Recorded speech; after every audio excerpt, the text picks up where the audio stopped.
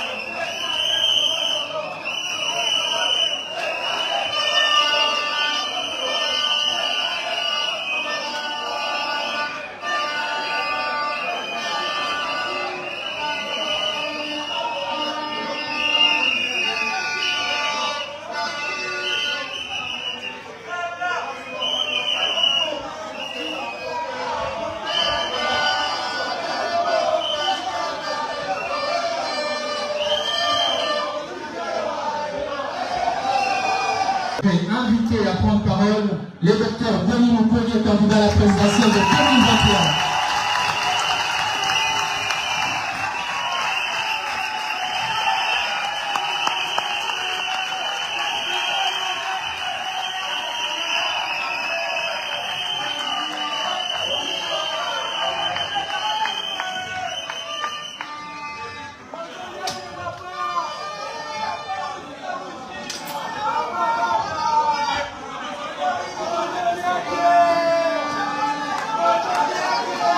Très chers compatriotes, très chers jeunes,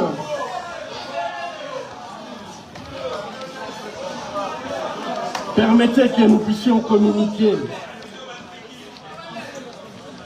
Je suis heureux d'être parmi vous dans cette salle de la conférence épiscopale nationale du Congo pour cet échange que vous avez sollicité sur la vie de notre nation, sur la marche de notre pays et sur le présent et l'avenir de notre peuple et particulièrement de vous, notre ardente jeunesse, fer de lance de notre nation. Je tiens à vous remercier pour votre invitation et votre accueil chaleureux. Vous êtes des centaines dans cette salle, mais vous représentez plus que vous-même. Vous représentez des millions de jeunes Congolaises et Congolais qui, en ce moment même, nous suivent en direct grâce à la magie de la technologie, mais également grâce au génie des journalistes présents, ces femmes et ces hommes de médias qui, en couvrant avec professionnalisme cet événement, remplissent leur devoir d'éclairer de notre nation et du monde. Mesdames et messieurs, très chers jeunes, ma candidature à la présidence de la République démocratique du Congo, qui puise son origine dans l'appel du peuple du 30 juin 2022, est pour moi aujourd'hui un engagement qui se traduit par une ambition pour la respectabilité et la dignité de notre peuple, mais aussi pour la restauration de la grandeur perdue de notre pays. Il nous faut donc refonder notre nation sur des bases solides, durables et des bases sûres. Cette candidature à la présidence de la République, c'est d'abord et avant tout 3 engagements et appels d'extrême urgence pour 3 fins d'une extrême importance pour notre patrie, à savoir la fin de la guerre pour une paix durable que nous voulons coûte que coûte, et nous voulons cette paix tout de suite. La fin de la faim pour que chaque Congolais mange à sa faim. Et j'ai dit, c'est maintenant ou jamais.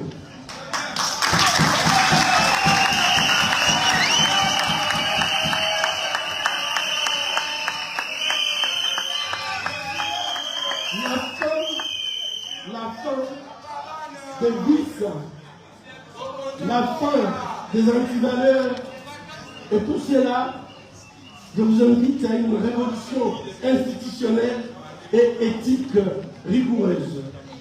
Ma candidature à la présidence de la République, c'est aussi et particulièrement avec priorité pour les jeunes et les femmes. Voilà pourquoi j'ai dit, premièrement, les femmes congolaises doivent être dignes. Nous devons restaurer leur dignité. Ces femmes doivent répondre le leadership. Et la parité homme-femme, prônée par notre Constitution, doit être sur tout et pour tout. Et le moment est venu. Deuxièmement, jeunes de notre patrie, votre avenir, c'est aujourd'hui. Demain, c'est trop tard. L'ambité, le nom,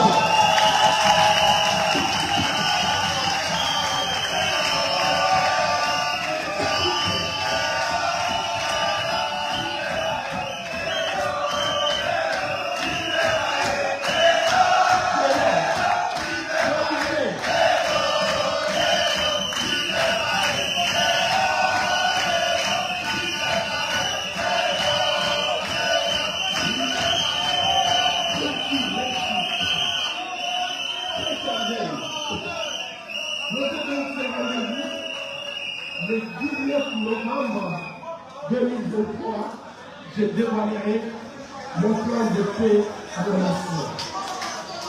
La fin de la faim, la fin de la guerre, la fin des vices, la révolution démocratique que nous allons mettre en œuvre, les jeunes et les femmes sont là les points pivots de mon projet social dont la présentation marquera les débuts de notre campagne. Très chers jeunes, la mauvaise gouvernance a détruit ce pays. Les jeunes sont les premières victimes du chômage et de la précarité.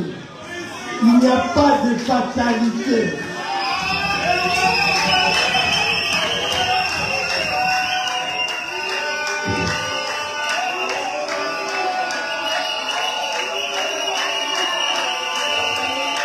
Mais si vous le voulez, vous pouvez relever ce pays et le changer pour mieux. Le chômage et la précarité, ce n'est pas une fatalité pour la jeunesse congolaise. Vous êtes le segment démographique le plus important de la population congolaise. Les statistiques les plus raisonnables notent que le moins de 35 ans représente, tenez bien, 80% de la population totale de notre pays. Donc, en d'autres termes, ce que la jeunesse décide doit se faire dans ce pays, puisque avec la majorité de notre pays.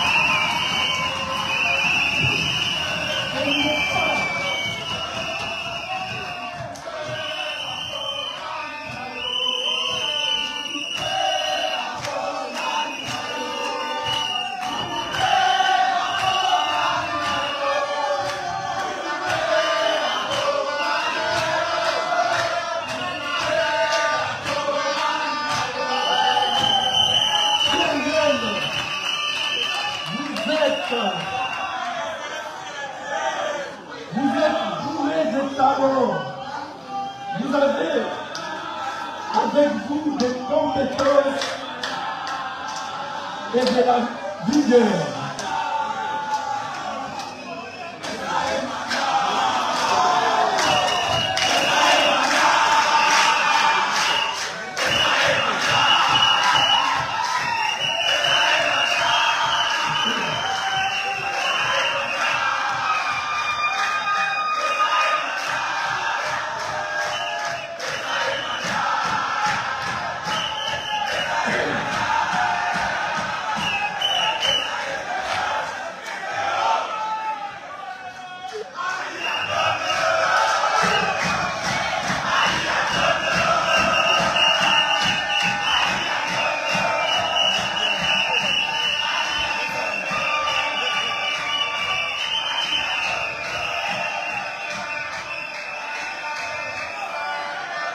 jeunes, vous êtes doués de talents.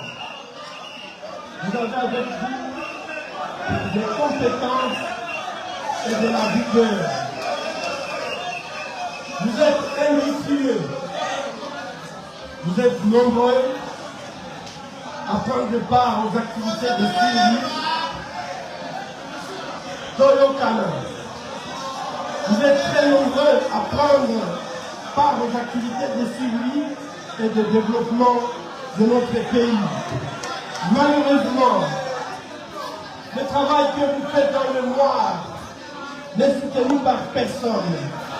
Le travail que vous faites, qui devrait vous valoriser,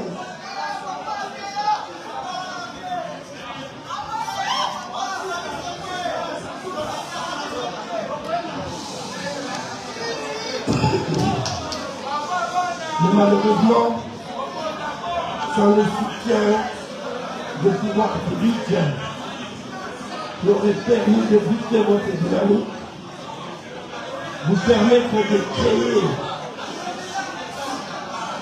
des emplois, résoudre la question épineuse du chômage et vous donner la place que vous méritez dans la société.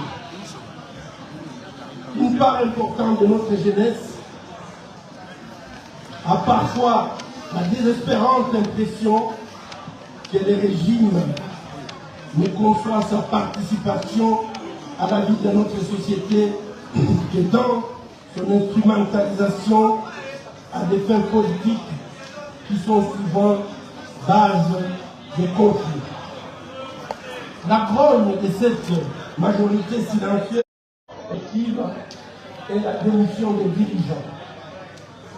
Le ras-le-bol général appelle à des réponses urgentes, novatrices et participatives. Les jeunes Congolais que vous êtes ici présents, vous voulez vivre en paix. C'est votre priorité, car la paix est le plus précieux du trésor d'un pays. Les jeunes Congolais veulent saisir les opportunités de leur développement, de leur autonomisation, de leur progrès et du progrès de la nation. Les jeunes Congolais veulent vivre dans une société pétrie de valeurs qui édifient et élèvent la nation. Et élever notre nation, c'est possible. Ne vous ai pas dit que je promets une révolution qui rompt avec les pratiques politiques de notre pays. C'est une approche transformative que je vous propose. Car comment comprendre la cécité qui consiste à ne pas voir que les jeunes de moins de 26 ans constituent 68% de la population totale de notre pays. Et ceux de moins de 35 ans, je l'ai dit, 80%. Et quel avenir immédiat de la République démocratique du Congo repose sur les épaules de cette jeunesse. Jeunesse congolaise, le Congo est à vous. Le Congo vous appartient.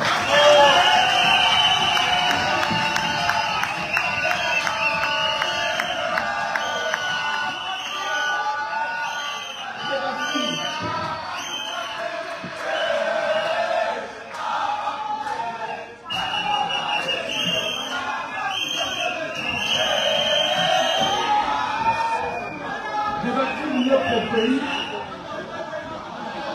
va nous demander de doubler l'effort, va nous demander du courage, de l'ingéniosité, du sacrifice, de l'endurance, du dépassement de soi et de l'éthique rigoureuse. Le mensonge est érigé comme un mode de gouvernance dans notre pays. Et souvent la jeunesse qui cherche son rôle modèle au sommet de l'État ne peut être inspirée que par ces modèles gangrénés par le mensonge qui est la mère de tous les vices. Nous devons mettre fin à ces vices. Nous devons mettre fin à ce système qui ne nous permet pas d'aller de l'avant. La jeunesse étant l'avenir de notre pays, mais surtout les présents des changements que nous allons impulser. Il est plus qu'urgent qu'elle rompe avec les antivaleurs et qu'elle soit plutôt les lanceurs d'alerte pour lutter contre ces vices. Les études montrent que lorsqu'il y a la politique de mensonge au sommet de l'État, ceci entraîne la pratique des antivaleurs dans tous les systèmes administratifs et autres. Malheureusement, dans ces pays, le mensonge, qui est une faute par excellence, ne débouche souvent à aucune conséquence en justice, sauf rarement en cas d'usage de faux ou de fausses déclarations en justice ou le non-respect peut-être des contrats dans des affaires. C'est ici pour moi l'occasion de revenir sur une controverse montée de toutes pièces sur la question du genre.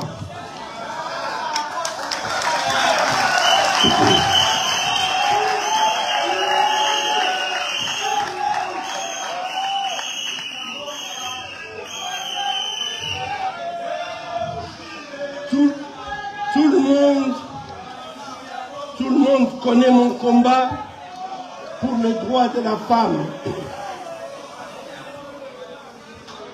Et c'est pour moi le combat essentiel dans notre société où la femme est souvent reléguée à la dernière place dans l'attribution des responsabilités dans la gestion de la société.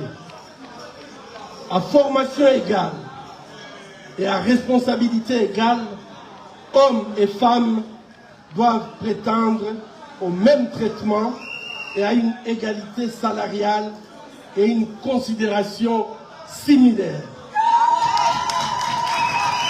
C'est ça notre entendement du genre.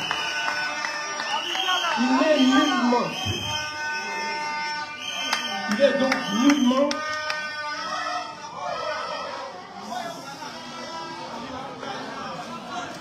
il n'est nullement question de sexualité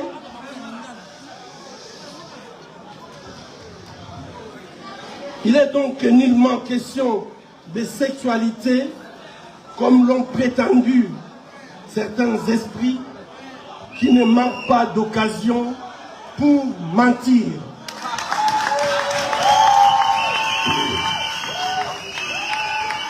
Et à nous de nous poser la question,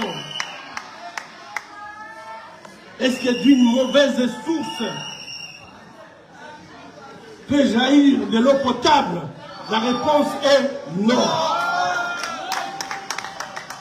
Chers compatriotes, le modèle d'hygiène dont nous avons besoin pour réparer notre pays et le rendre viable est défini par un grand penseur du 1er siècle qui dit, je le cite, « Que personne ne méprise ta jeunesse, mais sois un modèle pour les fidèles en parole, en conduite, en charité, en foi et en pureté.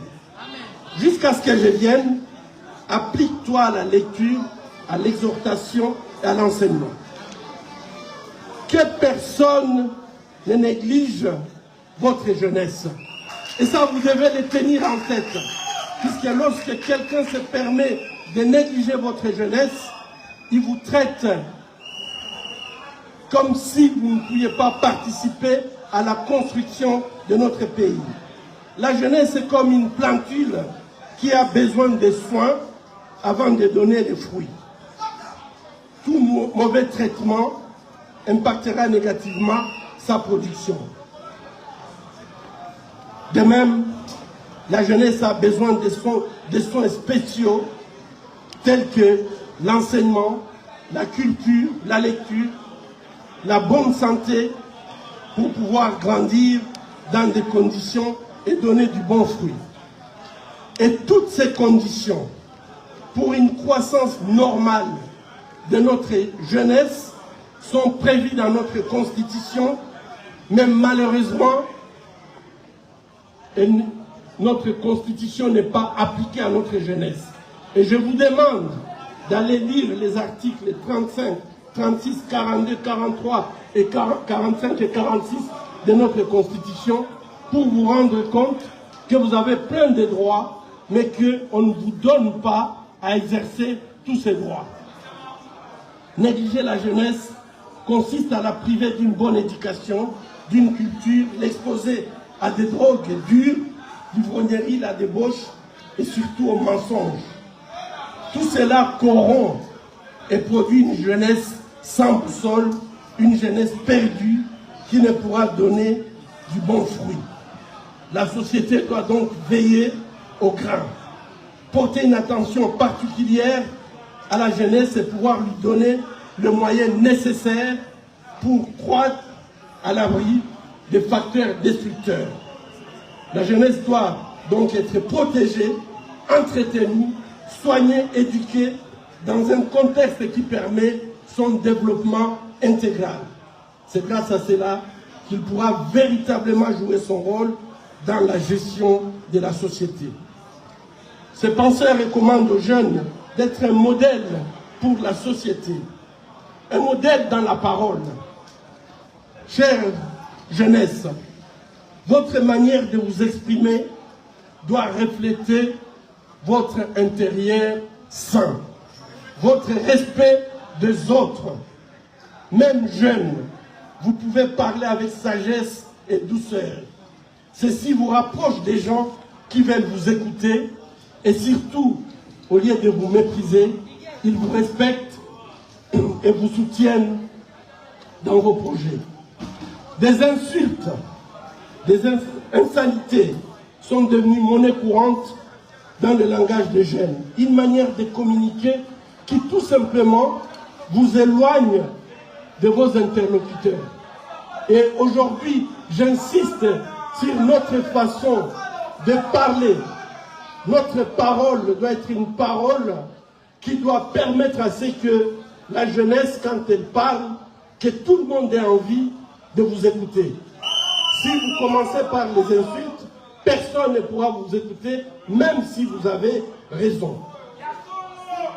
Comment espérer être respecté quand vous débitez des insultes et insignités dans chaque prise de parole? Nous avons aujourd'hui des gens qui peuvent commencer une émission par des insultes et la terminer par des insultes. Je crois que c'est une façon de communiquer qui ne vous permet pas d'aller loin.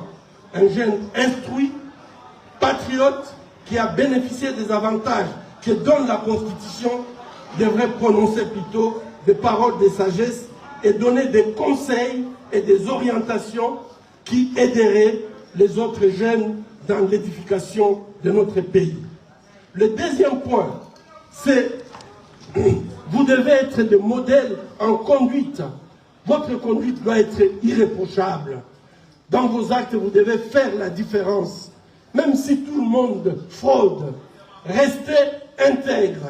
Même si tout le monde se compromet, soyez irréprochable. Peu importe comment les autres vous regardent et vous jugent. Soyez assurés que vous êtes dans le bon en restant intègre. L'intégrité sera votre tremplin pour la réalisation de votre rêve. Aucun jour on vous reprochera d'avoir été intègre. La charité est la capacité d'indignation face au malheur qui frappe l'autre et la capacité de le prendre en charge. Elle nous manque terriblement. Le manque de charité dans notre pays fait que le bien commun est consommé par une petite minorité de notre société, dont la jeunesse, dans une pauvreté extrême. Et ce qu'on peut constater, c'est qu'aujourd'hui, cette capacité de s'indigner dans notre jeunesse n'existe plus. Chers jeunes, indignez-vous, indignez-vous. Vous devez vous indigner. Et non seulement indigner, Et non seulement vous indigner, mais vous devez également résister contre tout ce qui va à l'encontre de vos intérêts. Et il ne faut pas attendre que ce soit vos intérêts qui soient violés, il faut absolument agir quand ça concerne même l'autre. C'est comme ça que nous allons créer une société solidaire où nous pouvons changer les choses, puisque la population, surtout la jeunesse, a la capacité de s'indigner, a la capacité de résister au mal. Vous devez être, chère jeunesse, vous devez être un modèle de foi. La foi est une ferme assurance des choses qu'on espère, démonstration de celles qu'on ne voit pas. Ayez la foi en Dieu, qui vous a donné un pays aussi riche. Vous n'avez pas choisi de naître au Congo. Vous êtes né au Congo et vous avez un riche héritage que Dieu veut que vous puissiez bénéficier. Mais c'est à vous de travailler, d'être discipliné pour accéder à cet héritage. Aujourd'hui, nous sommes en train de laisser notre héritage et tout simplement, nous laissons notre héritage aux prédateurs qui viennent d'ailleurs. Et en fait, nous sommes là à ramasser les miettes. C'est à vous de refuser. Vous devez croire que cet héritage que Dieu vous a donné, c'est pour vous. Mais vous devez travailler pour pouvoir hériter. Et enfin, la jeunesse doit être un modèle en éthique. Il y a beaucoup de choses que nous détruisons pendant la jeunesse et que nous ne saurions plus récupérer. Évitons toute légèreté dans notre comportement. Il en va de notre rôle de futurs leaders. Je vous vois ici, parmi nous, nombreux seront des leaders. Et je crois que comme des futurs leaders, évitez de marcher dans la légèreté. Ayez toujours une ligne droite, puisque lorsque vous commettez des erreurs pendant votre jeunesse, quand vous serez leader, toutes ces erreurs vont revenir en surface et vont gêner votre capacité de leadership. Le penseur exhorte la jeunesse à s'appliquer à la lecture, c'est-à-dire s'appliquer à la recherche de la connaissance, se cultiver, à acquérir une culture générale pour éviter de vivre dans l'ignorance, mais également exhorter les autres, aider à les enseigner, transmettre les savoirs. C'est une recommandation aux jeunes d'être des érudits. Et je pense que la jeunesse congolaise a des capacités de pouvoir être écoutée partout dans le monde, puisque vous avez des capacités intellectuelles de pouvoir le faire. Mais il ne faut pas vous laisser faire, il faut absolument que vous sachiez que pour arracher des postes, par exemple, ailleurs, vous avez besoin d'entrer en compétition avec les autres, et je ne crois pas que les jeunes Congolais soient incapables, mais tout simplement, vous devez être armés. Et ici, nous insistons, vous devez être des érudits. Chaque jeune qui veut servir la nation doit savoir qu'il a un don et qu'il ne doit pas le négliger. On voit beaucoup de jeunes qui ont des précieux dons, mais ne les utilisent pas. Ils préfèrent vivre dans l'oisiveté au lieu de servir la société et la nation. Chance et Eloko Pamba doit être banni de notre pensée collective.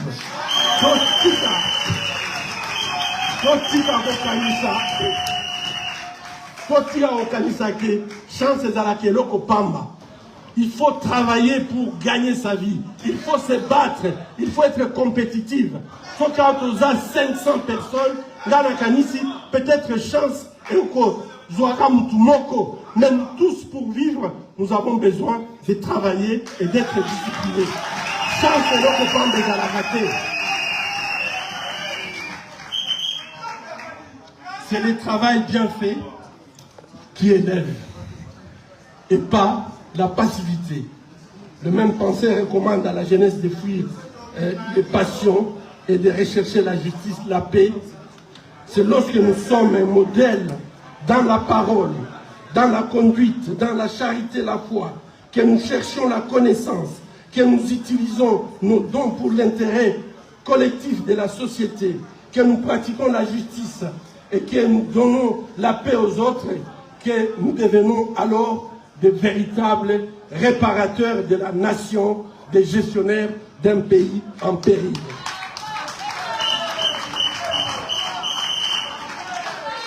Chers compatriotes, chers jeunes, je viens de vous présenter brièvement toutes les qualités que vous avez pour changer votre destin, pour changer notre destin, pour changer le destin de notre pays. Mais nous devons faire très attention, chers compatriotes, chers jeunes. Les engagements que je prends et les appels que je lance ne sont possibles que si nous avons un processus électoral crédible et transparent. Je vous demande donc et vous exhorte, soyez les co-auteurs de la crédibilité de ces élections que nous allons avoir le 20 décembre. Chers jeunes, je vous demande et vous exhorte, soyez des vaillants témoins de la transparence de ces processus électoraux, étape par étape, du bureau de vote à la proclamation des résultats définitifs. Vous devez participer, ne soyez pas spectateurs, puisque c'est de votre avenir qu'on parle. Chers jeunes, je vous demande et vous exhorte, soyez les observateurs attentifs du déroulement de ces processus électoraux de bout en bout. Soyons donc tous vigilants.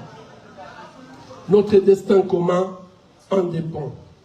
Chers jeunes, ces élections sont capitales pour notre avenir à tous, mais elles le sont particulièrement pour vous les jeunes.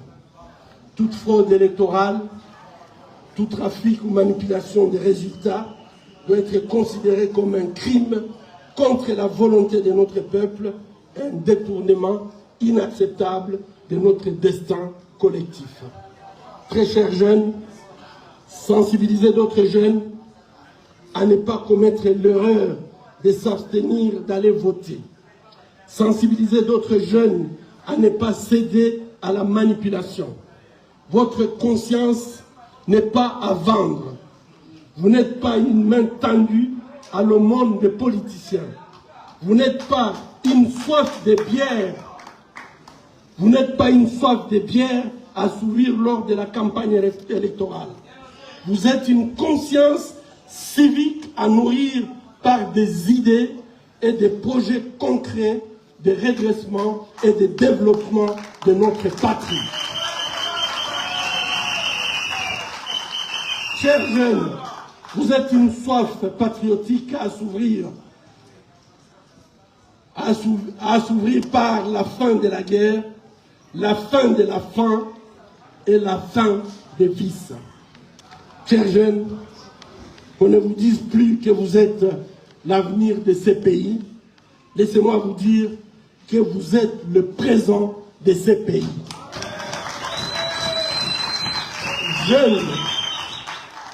Jeunes du Congo, disons ensemble, l'obité, l'élo, l'obité, l'obité, l'obité.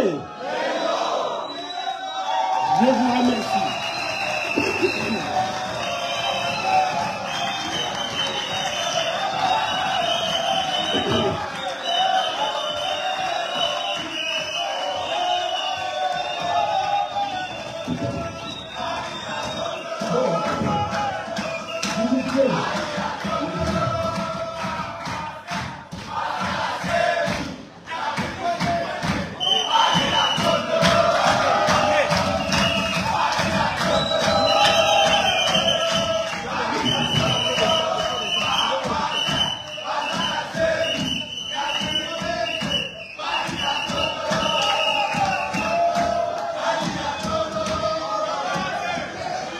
S'il vous plaît, camarades, s'il vous plaît, camarades. Bon, ici, bonjour, Mitouna. Vous avez mis le docteur Moukoué à Bandi, la discours. Nazar a surprise pour la vie. Est-ce que vous voyez Bango? Oui.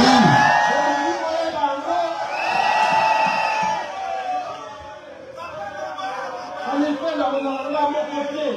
Voilà tout le programme des amis laïcs. S'il vous plaît, s'il vous plaît, s'il vous plaît.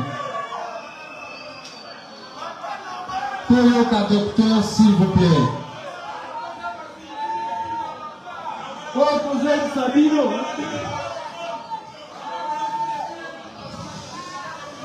Chers camarades, Toyoka docteur, s'il vous plaît.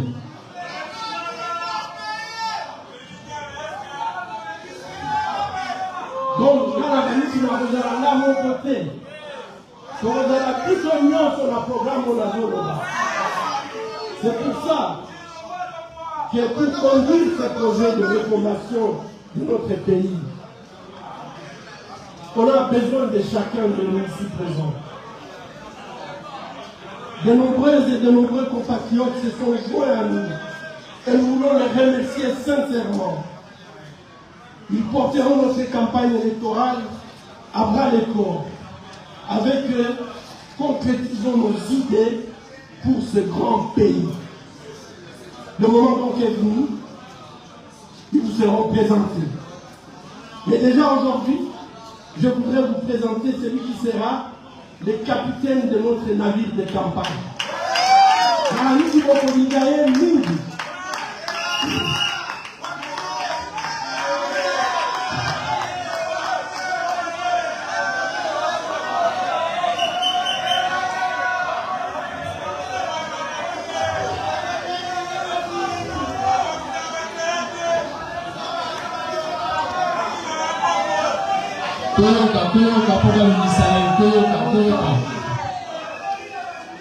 En tant que directeur de campagne, il sera le guide et votre premier serviteur. Chers amis, sous vos applaudissements, j'appelle mon cher ami DM Didier Moumengi.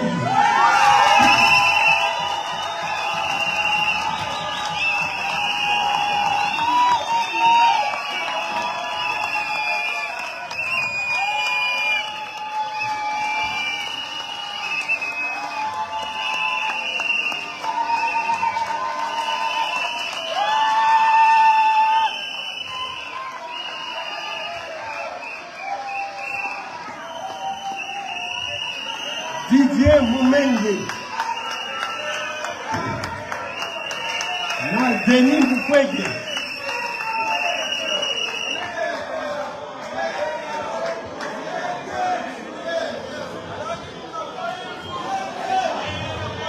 Merci. La paix sur règne en campagne.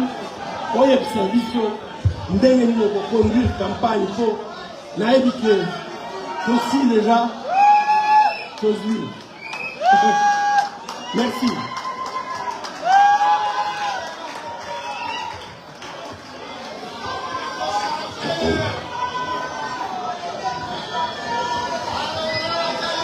S'il vous plaît, on va écouter le directeur de campagne. Bandeko Toyoka, directeur de campagne. Toyoka, directeur de campagne, je vous remercie. Nous accordons la parole au sénateur Didier Moumengi, officiellement présenté, directeur de campagne du docteur Denis Mukwege.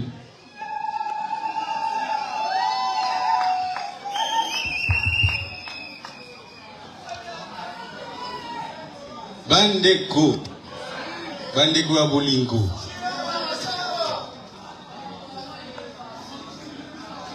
Tosengi bomoko Congo na motema pour essayer de gagner.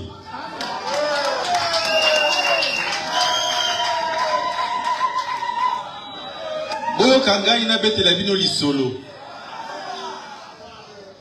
Na loba.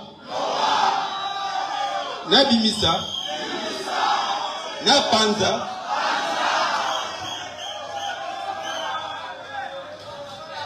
Il était une fois le prix Nobel de la paix m'a appelé.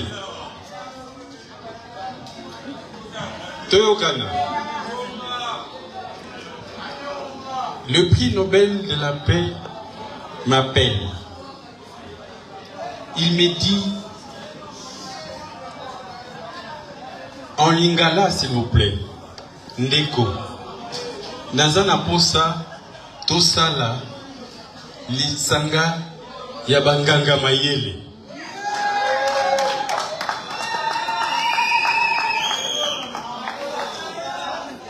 Nalingi banganga mayele batelema.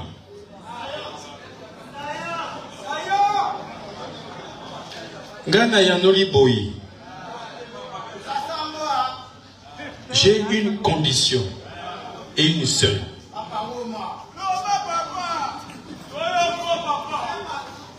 Si vous acceptez cette condition, je suis avec vous.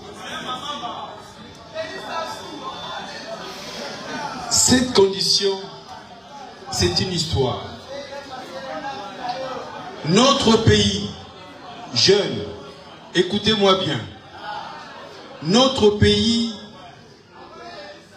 n'a connu que 5 jours de paix depuis le 30 juin 1960.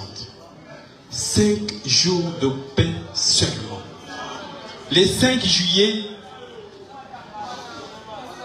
une mutinerie s'est éclatée après sécession, rébellion, guerre, crise.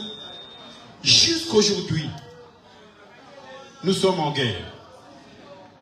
Posé par Dieu pour résoudre des problèmes.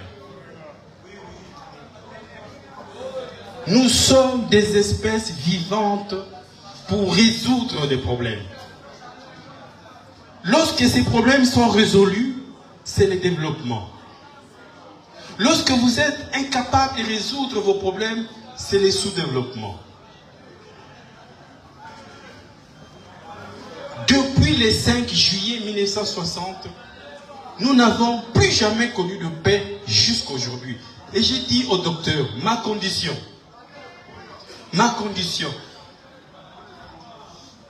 Dieu a voulu qu'une personne, parmi les millions de Congolais, soit élevée au rang de prix Nobel de la paix. Ces prix Nobel de la paix, c'est une œuvre de Dieu. C'est un clin d'œil du destin.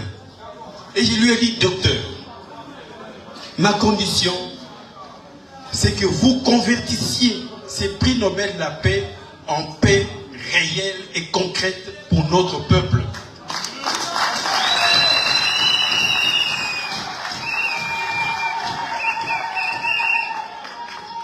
J'ai dit au docteur, nous n'avons pas droit, notre génération n'a pas droit de laisser à vous, nos enfants, à vous, nos petits-enfants, une nation en guerre. Nous devons, notre génération, résoudre profondément, radicalement et définitivement cette question de guerre à l'est de notre pays. Le docteur m'a dit, Ndeko Didier, je suis prêt. Je suis prêt pour qu'on mette fin à la guerre. Nous nous sommes mis à élaborer ensemble le plan de paix. Le plan de paix du prix Nobel de la paix. Chers compatriotes, retenez bien cette date, le 19 novembre 2023. Ce jour-là, le docteur Mukwege va dévoiler son plan de paix. Je suis le seul à savoir les contenus de ces plans de paix. Le 19 novembre 2023, tout rendez-vous à Ekozala, les jours de la paix en RDC, pour plan de paix, Mukwege pour la paix, pour la fin de la guerre, ces plans vont produire des miracles. Faites-moi confiance. Lorsqu'il aura dévoilé son plan de paix, plus personne ne voudra ne pas être coacteur de ces plans de paix. Aucun Congolais Congolais qui aime le Congo ne pourra tourner le dos à ces plans de paix. Le 19 novembre 2023, prenons date. Ce jour-là, la nation aura un véritable plan de paix. C'est ce jour-là que le docteur Mukwege va convertir son prix Nobel de la paix en plan de paix réel, définitif et total. Voilà pourquoi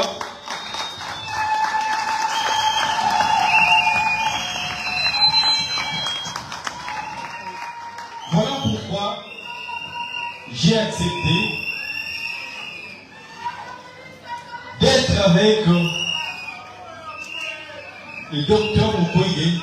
Ezali pona tosala lisanga ya baganga mayele. Ezali pona to bongo la prix Nobel de la paix naye na paix ré. Namboka na biso. Mabe to malamu. Bokozala to bokozala te. Ekozala mokolo nini? Ekozala mokolo nini?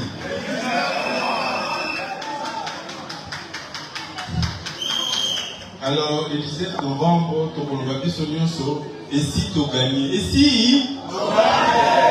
Et si?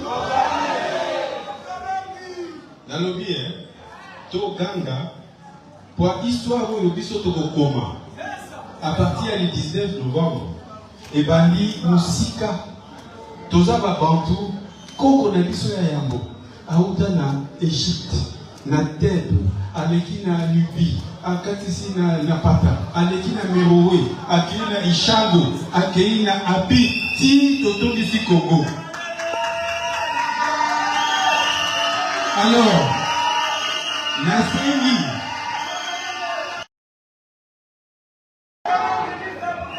soki na lobi to gagné, ezali Congo pe a gagné si maya docteur Mukwege. Nalingi so na lobi esi to gagné, soki bozongi si to gagné, bozongi sa po bakoko na biso nyonso wana bayoka. Esi!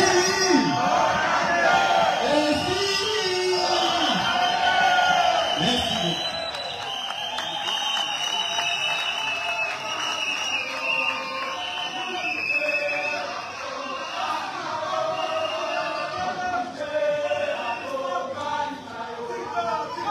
Merci. Nakosenga équipe ya campagne ya docteur Mukwege ezali ya solo machine de guerre. Mais machine de guerre pour la paix. Nakosenga, je vais demander aux membres de l'équipe de guerre de Denis Mukwege de s'élever pour que vous le voyez et que vous les saluez pour les encourager. Alors, l'équipe de campagne, mettez-vous debout. Mettez-vous debout. Mettez-vous. Voilà les soldats de la paix.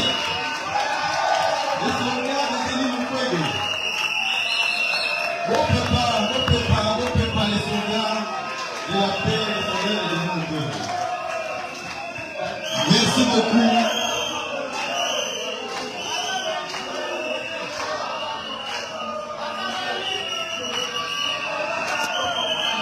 Merci beaucoup au directeur de campagne pour son discours et celui du docteur Denis Mukwege. Tolingi aussi ça. Mais Torosala, Bandeko, Ezana Eloko Mutuya Torosala Sikoyo, s'il vous plaît.